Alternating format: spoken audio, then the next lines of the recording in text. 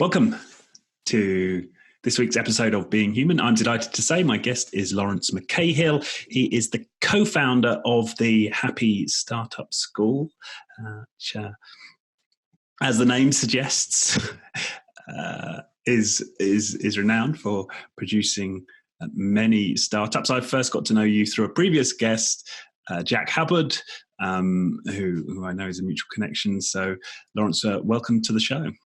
Thanks for having me. Excited to be under your, under your spell for an hour. Okay, all right. So, yes, the Happy Startup School. Tell us a little bit about its purpose and what it's about. So, really, the Happy Startup School exists to inspire, to empower, and to connect purpose-driven entrepreneurs of all stages, really. So we started out in 2012. What was a side project then?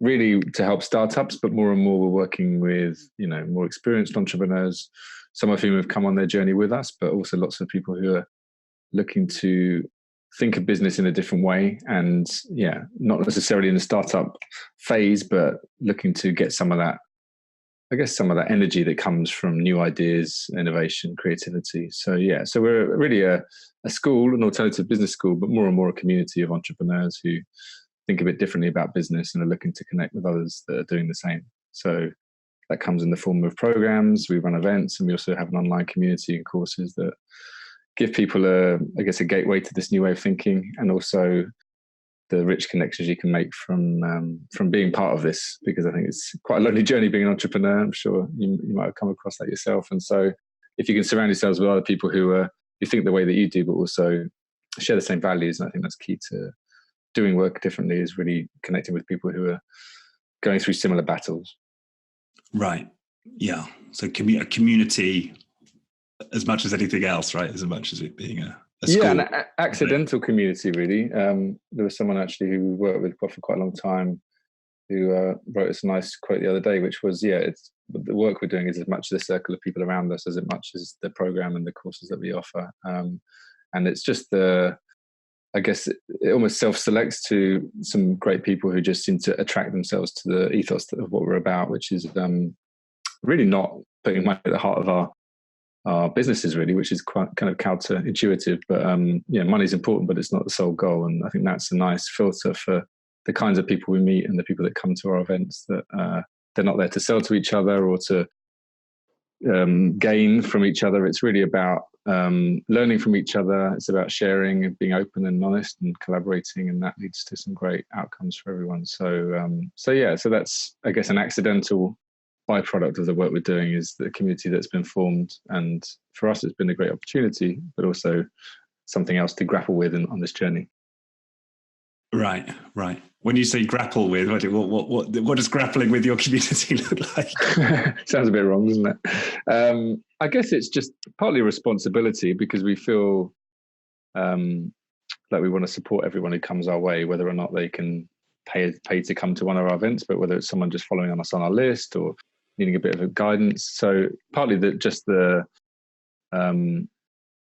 role that involves in terms of community management, which we've learned to sort of learn that role ourselves, really. The communities don't happen. They can happen organically, but in terms of nurturing it and growing them, from our experience, that's the role that you need to step into. And so we've been learning how to manage that, both from the leadership side of things, but also from the business side of things. How can that work? How can we look to make that work as a business, whilst also giving people the time they need to get the support they need to move things forward? So I say grapple because it's not an easy ride. We're part of a group called Community Builders on Facebook, which is a growing network of other community builders of all kinds of big communities, and everyone's battling with the same things, really, which is lots of different struggles around money, struggles around lack of time. We want to support more people than we have time for. So, ways to reach people on a bigger scale. And a bit like running a business, really, just being with other people who are going through similar challenges and running similar kinds of businesses. And that, again, becomes more important when it's quite a niche like the one that we're offering. Right. And I suppose when I think of startups and creating a company, what often comes to mind is this idea of needing to get capital, and that being really important. In fact, I read a story this week about a startup from Cambridge working on quantum computing, and they'd moved San Francisco specifically because they didn't feel they could raise capital in the UK. And you're saying it's not about money first and foremost. What is there a kind of capital raising role to what you're doing? Is that an important element of the community? I would say it's not an area that we sort of focus on or specialize in. We really balance this desire to create a business or to grow a business or scale, or sometimes even close a business, because we work with lots of entrepreneurs who've got to the end of their journey and maybe want to start a new one. Is really this balance of sort of personal need and desires and motivations and the business side of things. And so a lot of the time people come to us or come to our events not looking to get VC money or secure funding. It's really about making sure what they're doing aligns with who they are and what they want to create in the world. And so often it's the bigger questions, whilst money is an important one. Often it's like, why am I doing this? Am I the right person to be doing this? Who else do I need to be on this journey with me to support me as I do this? And from our experience, when you're clear about those things, the money tends to come more easily than when you don't. And so often they're big sort of existential questions that people find it difficult to answer. But I guess that's where the magic is if people are clear about those things, then, for example, having a clearer pitch for the work you're doing, your big why is much clearer. Maybe you're clear about the products you're creating and the value you can create for society and your customers. So I think money is an easy route for people, or an easy almost excuse for people to not do certain things. So from our experience, and this is before even the Happy Startup School days, myself and Carlos, who started the school, we used to run a startup studio. So we were a digital agency that kind of evolved into working with entrepreneurs at the very early stage, building their digital products. So we'd be building apps and platforms for these often first-time entrepreneurs. And so many of them wanted to build a kind of prototype that we would help them build, but then they were kind of going cap in hand to investors and VCs and all sorts of people to get funding. But often there was so much they could do without the money. It was just a good excuse often to, delay things. And if people might be scared about launching something or whatever it might be, we found there's always something you can do without money. There's always a next step. And yes, money can help. And if it's, a particularly capital intensive business, then you can't avoid that. But we found there's so much you can do earlier on, both on the personal side, but even just on the culture and the brand building side, which we found can really help you to get people to notice you and get people to be aware of what you're doing first and foremost before even starting to think about raise money. Right. And I've read your book, which you can get from the Happy Startups website. And in there, you've got a canvas. And is that what you use as the main structure for asking these questions? Is that right? It's a good starting point. Yeah. So the book is it's our ebook on our website, How to Build a Startup That Matters. And it really focuses around our canvas, which is a kind of triangle, and it's based, loosely on that. On the screen now for people who are watching the video. So I'm just going to share this now for people watching, and perhaps you can talk us through it. And this sort of has evolved really from when we were in our agency days. We used the lean canvas and the business model canvas, which listeners or viewers might be familiar with. And this really evolved from us doing loads of workshops with first-time early-stage entrepreneurs. And really we found that lots of the other tools out there really were useful from the business point of view and product point of view, but didn't really tap into the, like I said, the kind of human side of things, the motivation behind it, which I know is obviously a big focus of this podcast. So the top part of the canvas is really more focused on that side of things, the human element, your why, the values driving it, and the story behind what you're doing. These are all the kind of building blocks for, like I said, people to care, people to notice you, which we found is the hardest thing at the beginning.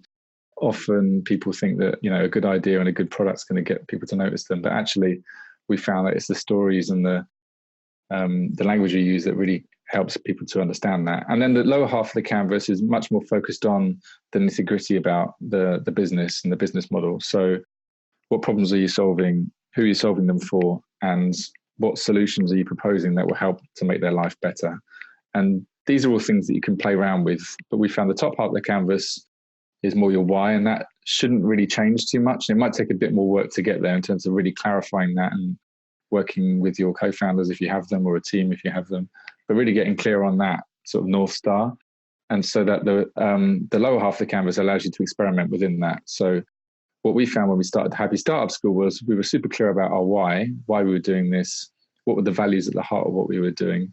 And actually the story we were telling, which was like we were going to close our company, the agency, to pursue our dream, which was kind of what we taught, we're teaching other people how to do. So it got to the point where we wanted to do that ourselves. So, but the business has evolved. So we started off doing workshops, and then that evolved into growing a London community. Our first summer camp in 2013. And then since then, lots of events all around the world and an online community, which we'd never have imagined when we started, but kind of experimenting with lots of different ways of delivering on that purpose has allowed us to, not get too down if things don't work, but not get too excited if they go well, and just pursue on the mission rather than just being solely driven by a product, which we found a lot of people just get so obsessed by at the beginning. They have an app idea, for example, and it's all about the product, it's all about the actual tool, and very little about maybe other ways of delivering on that purpose. So they lose heart if it doesn't work first time around. So yeah, we wanted to kind of practice what we preach, really, which is, be stubborn on the vision, but flexible on how you get there. Right. And in terms of asking these difficult questions, what have you found that you've had to evolve in any way yourself in order to enable you to hold space for people in these types of inquiries? Is there anything you've had to go through? Oh yeah, every day. I think we're actually my co-founder Carlos hosts his own podcast, Happy Start podcast, and he had me on that this morning. So he was grilling me, which was kind of odd, as friends for like the last 30 years. But no, we're both. I mean, the reason I say that is we reflected on our recent retreat we ran for entrepreneurs in the Alps called Altitude, and we were just reflecting on what we've learned from that. And each time we do these things, we grow personally. We learn a lot about ourselves. We learn a lot about, like you said, different ways to hold space and facilitate. We learn from different people that come in terms of just the way they show up. Maybe there's some methods that they use that influences how we do things. So yeah, absolutely. I think we've been on, I guess, a journey ourselves. And I think that happens naturally if you're working on any sort of business, particularly if it's one that's true to your heart, that you have to sort of adapt and grow. Otherwise you'll probably, I don't know, either burn out or not survive. So yeah, and that's part of it for us. It's one big experiment for us to see where does this take us, both personally and professionally. I'm very lucky that Carlos has, we've come with each other on this journey together, which is quite unusual. I think in that respect, the business we ran before is very different to the one we run now. But because of the fact we've both been following our noses, been quite curious about the learnings that we can get from it, then I think that's what's given it the fuel to keep going and to get this far. Mm. And is that out of that experience and that growth, is there a particular moment where you're like, damn, I took that startup in the wrong direction, or I asked the wrong question? Is there a particular kind of moment where you're like, yeah, I really learned something? I don't know, really. I mean, we always try and stay clear of giving advice to people. I think when we first started out, it's quite an easy thing to do when you've worked with a lot of entrepreneurs, or when you've run a lot of businesses yourself, or worked on a lot of projects, to feel like you know the answers to things. But actually, the more we know, the more we try and steer clear of giving anyone advice. So it's partly to cover our arse, so we don't come to that point where like, I told them to do this, and it ended up being the wrong thing to do. I think when you ask a question, I think the way we think about it is like everyone knows deep down what they need to do. They're just looking for permission often. So for us, it's just about. Sometimes it's not even about asking questions. It's just creating the space itself. So, our events, we don't, myself and Carlos aren't necessarily teaching workshops or giving people advice on things. Whilst we have things like our canvas, really we create the space and almost people find the help they need, or maybe go to the workshop they need, or even create the workshop that they need, or conversation that needs to happen. So for us, it's more about stepping back often and not trying to be the person that guides people too much, but just bringing the right people together and often getting out of the way where you need to, and not trying to. I think of it like being a parent. You just want things to play out rather than to try and micromanage the situation, which is easier to say than it is to do. But But yeah, often you just need things to play out. And for us, that's how our business has evolved too, is by making our own mistakes and then soon realizing that, we probably had a better way of doing it. And we've seen this ourselves. Years ago, we used to start blogging when we were running our agency, and we would, we'd be like sharing blog posts to some of our new clients and saying, look, for example, I don't know, here's 10 things we've seen that startups do often that ends up killing their business. And they read it and they go, yeah, that wouldn't never happened to me. And then they ignore all that advice, make all the same mistakes, and come back a couple of years later and say, yeah, we probably should have listened to you. But I think we're all guilty of that. We're all quite stubborn. If you want to grow your own thing, you tend to think that you're different to everyone else. So again, for us, it's just giving people some guide ropes and then letting them find their own path within that, really. Right. And has that been an evolution then, to sort of continue to step back? It sounds like it has been, but to continue to kind of step back and provide less and less direction? Yes and no. I mean, I still enjoy teaching in terms of, there's certain, I guess it depends really, is probably the answer. It depends on the type of struggle people are facing. So if it's quite specific and there's an easy answer to it, then often it can be easy to teach people a tool or a technique or some way of solving a problem. So for example, if it was, a technical problem, so it could be like, okay, what's the best way of getting my idea out there? I was like, well, there's, here's 5 ways that you can do it. You can create a landing page and we can show you how to do that. You can, create a vision board, whatever it is. There's practical tools you could do to make that problem go away. When it comes down to, is this the right person to go into business with?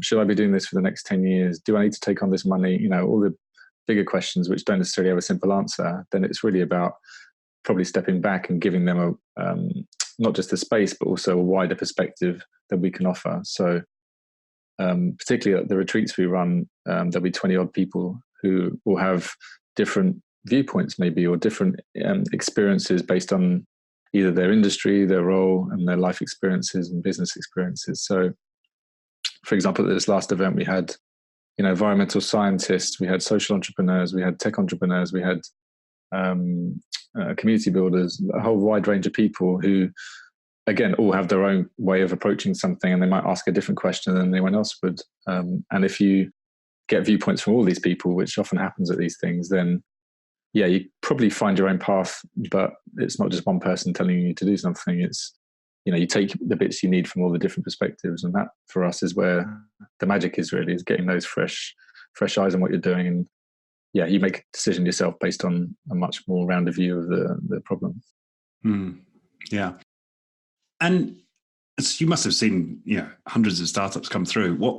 Have you starting to see patterns in terms of those that tend to make it and those that don't, in terms of the people who show up? Staying in the game is a good one. Just not giving up, which sounds easy, not easy to do. I think that would probably be the main thing, really, is the resilience you need to be an entrepreneur is, I think I would say, not something that everyone has, but it's not something that everyone can't acquire. I just think it's in some people and not in others, definitely. And I think for those that tend to succeed, and when I say succeed, not in terms of the traditional view of success, more just still there 5 years in, for example, and actually then finding the real value. Because I've found, it takes 5 to 10 years to build a great company, and most people don't get past year 2 or 3. So I would say one thing is just, developing the resilience around it, being really driven by the mission they're on, because I think that can't be an overnight thing. Seeing people, for example, there's I guess one of the people who came to one of our first summer camps, Chris, who's the founder of Good Things Brewing. They're a sustainable brewery, and they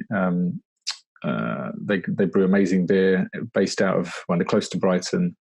They're going to be the world's first zero impact brewery. And he came to our first summer camp wanting to bring more purpose to his family heating business, because he was a bit sort of disillusioned with how that was going, because he was MD of that. And then he realized after about a year that, no, I don't want to be doing this. I want to be creating my own thing. So he sort of tapped into his love of beer, but also his knowledge of engineering, and used that to be able to create this brewery. And 5 years later, he's only really just launched the brewery itself and has got his beer into loads of great establishments. But that's taken a lot of time and a lot of courage and a lot of resilience and a lot of money. but Yeah. a lot of That's other people quite a have given pivot up as well. Heating to beer. Yeah. But again, it's not, the good thing about that is he's a bit of a geek when it comes to the brewery, in terms of, he was on Jamie Oliver's Friday night program a few months ago, and they talked about how their brewing process and how they managed to turn all this spent grain into flour, and they can make bread with it and do all sorts with it. And so those stories are things that inspire us, because lots of other people would have given up after a couple of years, but his kind of commitment to the cause and his knowledge of the previous business, which wasn't thrown out but actually used to make, I guess, create an unfair advantage for him in the next thing he did, then that's where the sweet spot is, I guess, is not having a complete pivot, but more of a evolution of what you're doing, which is kind of the journey we went on to. Right. And so is resiliency, is it kind of keeping connected to that mission, that purpose? Anything else that's I mean, I'll say support and in the general sense of the term, but probably more in terms of just surrounding yourself with great people, really. I think Chris and other people like that have just had a really good eye for great people and letting them get on with their thing. And I would probably say taste, and that's quite an unused term, I guess, in business, but like taste in terms of design, taste in terms of recruitment, just taste in terms of knowing what good looks like. And, me being a designer, that's always been something that a lot of people just don't take into account or place enough importance on, is if you don't know what good looks like, then you're going to find it really hard to build a great product or service. And I guess there's that gut instinct of it. I know what works for me, and I know what will work for the market based on that judgment. And so, again, I don't think that's something you can necessarily teach, but the people I've seen who stay in the game and persevere and tend to win are the ones that can really spot talent or quality when they see it, and therefore that just comes across in the products they build. That's fascinating, actually. The previous guest talked about this idea of beautiful business and that being important. If you think about the very successful companies today, many of them do have great taste and an eye for what's beautiful. And maybe a bit of a shift in our sort of business landscape is that aesthetic becoming more important, perhaps. I think we're getting more picky. I mean, it goes back to Apple, but there's loads of examples. I think people's standards for the design and experience of what they're using is way higher than it used to be. And so, I remember years ago when we were designing even websites or platforms, investing in design seemed a bit indulgent for people, whereas now it's just taken as a given that it needs to meet a basic level of quality for it to be accepted. I think partly due to the people's behavior, consumer behavior, but also due to social media and the internet is creating a much more level playing field, so that a bad experience or a bad product will get highlighted. And so that again creates the transparency for people to take it seriously, I think. So but I think those are the things of knowing when if you know what good looks like, then you'll do all you can to invest in that. And I think the people that I've seen do well are the ones that understand it's worth investing in certain areas early on to really cut through the noise. So whether it's investing in the brand or the design or the experience or the people behind it, like with Chris's example, he's got the ex Beavertown top brewer on his books now, and so just really seeing, okay, how can we make waves in an industry that's quite competitive, and just going for the best we can afford when we can afford it. Right. What's the biggest surprise for you in terms of a startup where you thought, oh, these guys are going nowhere? There's no chance. and they've surprised you. Who surprised you the most, would you say? Well, obviously can't mention names. Who surprised me? Do you know what? I mean, for us, the weird thing is, although we work with lots of startups, I mean, these are just people, really. And so I find it difficult when we think of businesses, particularly because, more than anything, we're a collection of individuals, and we don't necessarily work with companies. We work with people, and those people's businesses evolve. I mean, and we have lots of people in our community who come to the events regularly who, have never started a business, who just love being around that vibe, but add something different to it, and have evolve their career into a way that they're doing meaningful work. But then they never wanted to be an entrepreneur, or maybe they did, but quickly realized that it's, after hearing stories of burnout or whatever it might be, been put off by it. So there's nothing that comes to mind in terms of surprises. I think it's more just you don't always get to follow people's story day to day. So, when you think a business is going really well and then suddenly you hear that it's not around anymore, or there's been a complete pivot, or co-founding team is split up. Those kind of things are always a surprise because you don't hear the day-to-day goings on. You just see the kind of Instagram version of what's going on. So that's I guess the thing that is hard to grasp is how everyone's doing, because we only see them at intervals or just through the online community. So but where possible, we get people to share the highs and lows with us and not just the good bits, because I think that's where the real value is for people to know how to navigate through those. Yeah. And okay, so maybe there's a different question here. Is there an example of where you've seen a team really get into a hole and you're like, I don't see a way of them pulling out of this or turning this around, and actually they come through it? Have you got a story there of where someone's really pulled it out of the bag?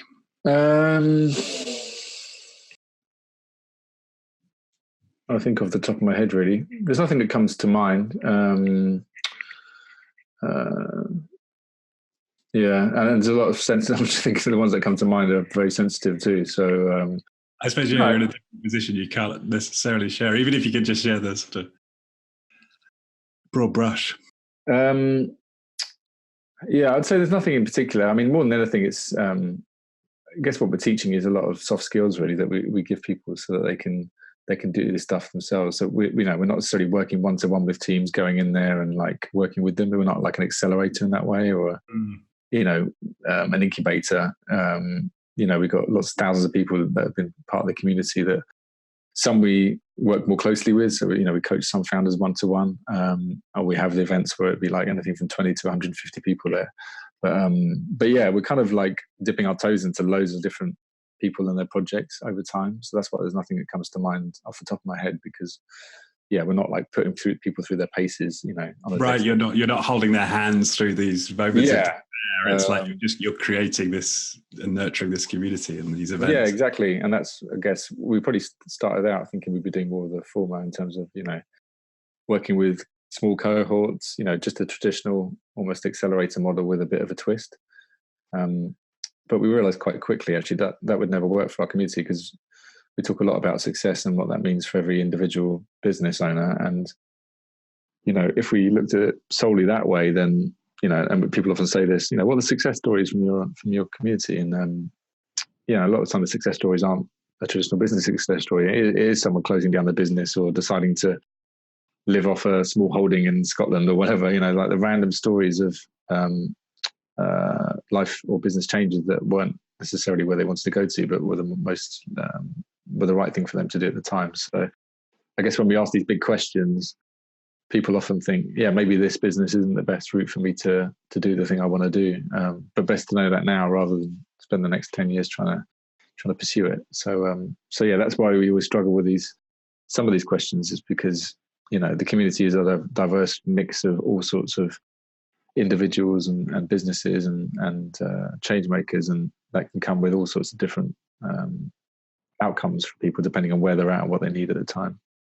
Yeah, okay. I'm really excited to get a sense now of how this is different. And actually, you said it in one of the videos I watched that you did yourself out of business when you were in that the early version of what you were doing, because you'd ask people these difficult questions and sometimes they wouldn't want to go ahead with the business. And so actually, what it seems to me like you're creating this space for people to explore at a deep level what they're here to do, and a business might be the thing, or as you say, it might be something else. So it's self-fulfilling or something you're creating. Yeah, I guess so. It's this mix though. So I think we've battled with this in the past in terms of a bit of an identity crisis. Like, are we a business school? Because a lot of people that come aren't a business, and I come back to the point that. It is this mix of, happiness and entrepreneurship. We're looking at happiness and fulfillment and meaning through the lens of entrepreneurship. And entrepreneurship, yes, it means generally being an entrepreneur, starting a business. But for us, it's also a mindset. And I think that's one of the things that we see as the common link between people is partly the values of why they're fascinated by this way of thinking, but also that way of thinking about new ideas and innovation and entrepreneurship in a way that's not just about success in traditional business terms, but more in terms of, a mindset about how you can approach the work you do. And I think that's something that every company now is looking for, as, entrepreneurial thinkers. More and more people are becoming freelance and working for themselves, working remotely. So, in a sense, we are a nation or a world of entrepreneurs now, in terms of, there's no jobs for life anymore. And the way we think about a career is very different now to what it was many moons ago. And most of the people we meet tend to feel like they never felt right getting on the ladder, whatever the ladder was, it was the wrong ladder. So I've heard so many stories like that of people who did the right thing, went to school, went to university, got the job, and then maybe got to the top of the ladder or halfway up it and realized that's not the life for me. And so, we hear some of these stories that we try and give people like you said, a bit of an open book of ideas and options and perspectives, so that they can then go, oh, what about that? Or maybe I can try that. Or maybe I'll dip my toes into running a business rather than mortgaging my house and putting my life savings into it, and playing with it. And that's one thing we try and get people to think about, is just not holding these things so heavily that it's either success or failure, but actually, you can experiment and have fun with it, and maybe collaborate with someone before signing a shareholder agreement. There's lots of ways now of just having fun with collaboration and projects, rather than necessarily, like you talked about funding. We get so many people, they think, okay, I want to start a business, so, and this is a classic thing, I'd love to come to your summer camp, but what I'm going to do is I'm going to go and I'm going to talk to my accountant, I'm going to set up a bank account, I'm going to try and get funding, and they list out all these things that they think they need to do before they start a business, but they've done nothing to really think about their business idea in more detail, validate it, consider who they might do it with, whether they've got any of the skills required to be able to do it themselves, or any of the people they need to make that happen. And so it's just thinking about the things that are really important at the beginning, and often the more admin tasks that people put in front of them tend to be good time wasters, because it feels like you're doing something, but actually it's probably the least effective thing you could do. So if possible, try and keep accountants and lawyers and VCs out of the first month if possible. Yeah.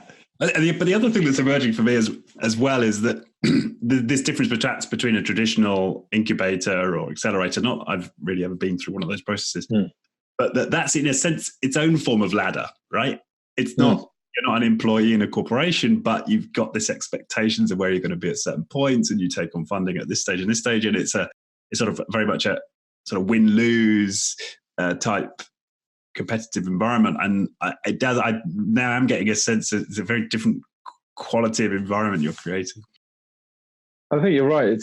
That's one thing we've always steered clear of. A lot of people swap one way of doing things for just a slightly different way. So, a lot of people make the mistake of so say they're in a corporate role and they're not feeling it anymore and they want to get out of that. And so they think entrepreneurship is the right route for them to do that. But often they just swap, that environment for a similar one, and end up with the same working patterns, the same kind of, they've got a boss now. So instead of having a boss in the company, they've got a boss who's the VC, or they've got a boss who's the mentor at the accelerator, who's, they go to decide whether they get funding at the end of it. They still don't have the autonomy they're looking for, assuming that's what they wanted. So, and we meet lots of people who fall back into the same work habits as they did before, because that's just what they know. So it doesn't necessarily mean it will be any happier or more fulfilling if you do things that way. It's really understanding what you're doing it for yourself, and that's what we try and tap into is, if you have a need for autonomy and that's why you want to start a business, then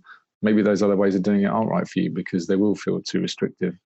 But for other people, maybe it will be great because they need that certainty and they need some sort of stability around what they're doing. So they want to feel like they've got those much stronger guide ropes, whether it's, NatWest's accelerator, which we've heard lots of people go through.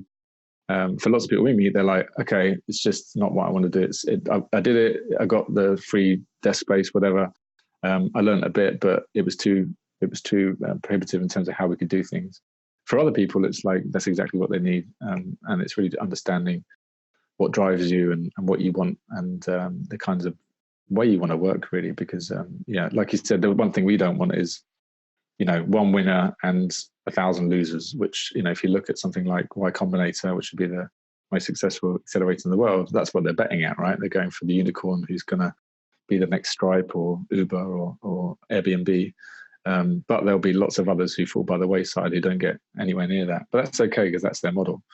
But we don't want a community of people where one person wins and 1,000 people lose. We want, a community where everyone wins, and together we make as much impact as we can together as individuals or small teams, rather than, one success story. So it kind of flips the model on its head a little bit from a way you would normally think about startups and what success looks like. Right. And fascinating to me. I mean, when I came into this conversation, I was thinking, okay, maybe you're like some of these other organizations, but you're a bit more purpose focused or something, or you're a bit more focused on the human. But it sounds to me like it is a very different paradigm that you're describing here. Yeah, and again, we struggle with it because it doesn't fit into a box. It's like we, I think we've always say to people, just come to our summer camp, because you'll see it in action, and it's more than anything, it's really just a collection of all the best people we've met over the last 6-7 years, and bringing them together in one place, and like I said, trying to create enough structure and enough guidelines for people so that they feel supported and safe, and they know what to do and where to go, but then not, like I said, not trying to force anything on anyone, and people finding the support they need. And so we deliberately don't have a linear kind of process where we take people from A to B, because people could be at B already, or they could be on a different part of that journey. So the closest we have to it is probably the Canvas, and we have an online course around that, and our Purpose and Profit program. And because they're online courses, they're a bit more linear in their process. But again, we found people sort of dipping into different parts of, or different modules of that, depending on what they're not as strong on. And so you might be really clear about your vision, but your values need a bit of work, so they dive into that. But like I said, trying to assume that everyone needs to go through the same kind of idea validator is not something we're driven by, really. Right. Yeah, I see.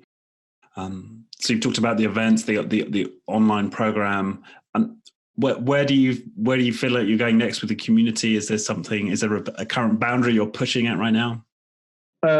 So one thing we're looking at, so we have an online community, so we have a couple of hundred members who pay to be part of that, and we have a much wider sort of community of people who just follow us.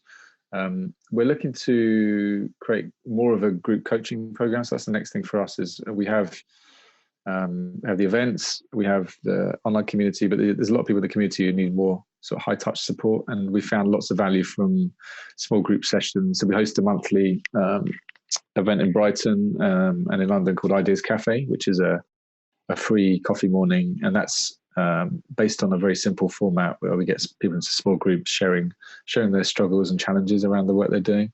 And so what we're looking to do is essentially take our learnings from that, and we've done that for the last 3 or 4 years, and apply that to partly some senior founders who are kind of further along, but also some people who are looking to grow their business who need more support. So that's kind of the next thing. That's called Circles. Circles. Okay. Circles, yeah. And that's based on the kinds of community of the people who get to our altitude retreats, who tend to value more peer support rather than the kind of hand holding or spoon feeding that we would do with people who were earlier on. So and again, for the reasons as I said earlier, really is I think when you get to a certain point, you want to be surrounded by peers, and you don't necessarily need to be told what to do. You're looking for people's experiences and stories, and how they've tackled problems, whatever that might be. So again, for us, it's just holding that space and giving them access to other people who they can just open up to and feel like they can relate to on the same way. And again, thinking about business differently than most people. So, there's lots of networks out there who have these kinds of groups, but, again, we found the people that come to us tell us that the people they meet in our network are very different. And for that reason, they're keen to learn more from them and to share also and feel useful to each other. Because I think that's one thing we found is, you can hear people talking to someone else and offering them some wisdom, and then they kind of hear themselves talking, going, actually, that's exactly the advice I need to be hearing myself. So it's a good reminder for people of how much they actually know themselves. Because I think when you're sort of stuck in the midst of it, you can kind of forget what's inside you. And so, yeah, that can be a useful thing. Right. And I suppose with the online programs, that frees you up to be international because your events, they're all in Europe. Am I right? So our summer camp happens in the UK. So that happens in September. That's our main focus for the moment. In terms of the events, well, so the Alps retreat, yes, we've run that France. That's in France, yeah. I know Jack Hubbard was on one of the earlier podcasts. Yeah, he's our kind of collaborator on that. But we've run that twice in the US as well, in Oregon. So okay. And then we've also run a similar retreat in India we didn't do it this year, but we did it for the last 3 years. So yeah, it's taken us to some different countries. But yeah, the format for the retreats is very, very similar. But we've just got the opportunity to run it in different places, again based on people we've met on this journey. Really, we'd never have planned to do any of those things, but it's just kind of led us on this path. So yeah, that was what amazed us when we did our first events, was just people coming from all around the world. And again, at summer camp, we have people coming from the US, Brazil, India, even Australia, someone's come from before. So yeah, people come from all over, which is amazing. Kind of scary because it's a big responsibility when people jump on a plane from the other side of the world. But yeah, I guess it's the power of the internet, really. People out there following you and feeling connected to the work we're doing and the message we put out there. And I think the nice thing about doing in-person events is even if they've not been part of it before, they can see that we're active and there's a community that actually meets in the real world, and so gives them confidence and builds a lot of trust that they're onto a good thing, and they feel connected to it even from the outside. So yeah, this kind of weird hybrid mix of online and offline, off-grid, call it what you will. But yeah, I think there's more and more people who are running these kinds of organizations, really, that either they started from the online sort of world and then thought, okay, we want to start meeting in the real world because that's the natural next step, or like us, did lots of in-person events, and then from there that's led us to creating the online community. Right.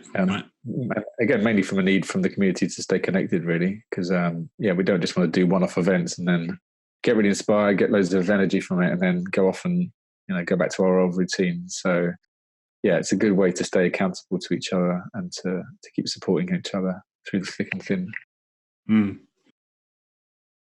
Okay, final question, Laurence, which I like to ask a lot of my guests. The title of the show is Being Human. For you, what does it mean to be human? Ooh, actually, I wrote a blog post the other, I think it went live yesterday, which has given me a quick, pithy answer to that. Being human to me is about being vulnerable, and that's kind of what I highlighted on the post. It was a reflection on Altitude, the retreat we ran. And it's something that, again, was a good reminder of why what we're doing, I think, has the impact it does. And I think seeing founders and entrepreneurs really open up and share their biggest challenges for us is the way to really connect with peers and with other people. And that's, I think, what's built our community, really, is not just people who come to our events being vulnerable and opening up, but us too, in terms of the way we try and communicate and the way we share what we do and how we do it, is just being really transparent about the things that are going well and the things that aren't. And I think that's what has got people following us on this journey with us, really. So yeah, I guess it's quite a short response, but yeah, the being human for me is, well, put it this way, for people that don't show any vulnerability, to me, don't feel human. So okay. They feel too much like they've got their guard up, and there's something not right. You can't put your finger on it. So I think, showing your cracks and actually not taking yourself too seriously, I think that goes hand in hand with vulnerability, really, is if you can, accept that, yes, the work you're doing is really important, but at the same time, try and hold it lightly too and have some fun with it. And that's one thing we try and inject in all the things we do, is really trying to make it as fun as possible. So you might be laughing 1 minute and crying the next, but that's okay. Right. Well, that's vulnerability, isn't it? Yeah. Yeah. Okay. Well, fantastic conversation. Thank you so much. So we'll put some links. So that Happy Startups URL, what's the website for people to go to? If you go to the happystartupschool.com, that's the website which will point you to all the stuff we do. And our summer camp there's a link on there, but it's a separate URL. It's just happystartupsummer.camp. And our next event takes place this September. So yeah, love to see some of your listeners there, and maybe some of them already coming. Brilliant. Yes. And we'll also put a link to the canvas for those who are interested in that, which we shared at the start of the show. Cool. All right. Well, thank you. Thank you very much once again. Thank you for having me. It's been great. All right. Thanks, Take Laurence. care. You take care. Bye-bye.